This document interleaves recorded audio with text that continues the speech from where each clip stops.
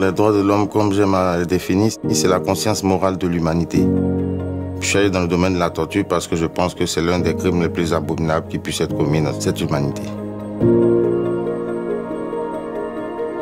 Il y a toujours des crises post-électorales. Il n'y a jamais eu de passage de flambeau de manière simple en Côte d'Ivoire. Nous redoutons encore cela et c'est pour ça que nous sommes venus au CAT en tant qu'organisation de la société civile pour tirer la sonnette d'alarme. Là, il y a beaucoup à faire, notamment dans les maisons d'arrêt et de correction. Nous avons une surpopulation carcérale de 266%.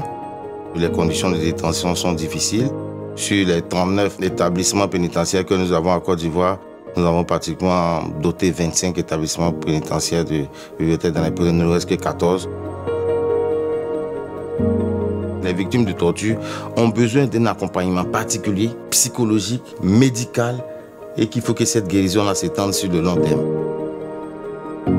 Je pense que déjà, avant d'arriver à aider la personne, que ce soit financièrement, matériellement, déjà lui donner la parole, c'est sauver l'humanité tout entière. Parce que je me dis que pour réaliser de grands pas, on va à tâtons. Je vous prends un exemple, nous sommes allés une fois en détention. Nous avons essayé de faire cet exemple-là avec des détenus. Mais je vous assure qu'il y a des détenus, après cette séance-là, qui sont venus nous dire merci. J'avais décidé de me suicider, je ne me suicide plus.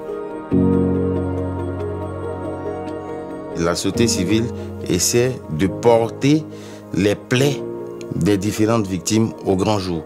La société civile essaie de se faire le porte-voix de tous ceux qui souffrent en silence.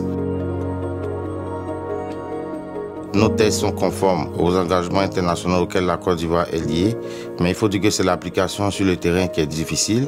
Nous voulons qu'aujourd'hui, l'État puisse prendre une loi spéciale, non seulement pour définir qui est la victime de la torture, pour essayer de définir comment on peut réparer une victime de la torture. Donc voici un peu, l'État a fait ce qu'il pouvait, mais nous aussi par rapport aux conventions internationales auxquelles l'État est parti, nous essayons de lui rappeler ses obligations.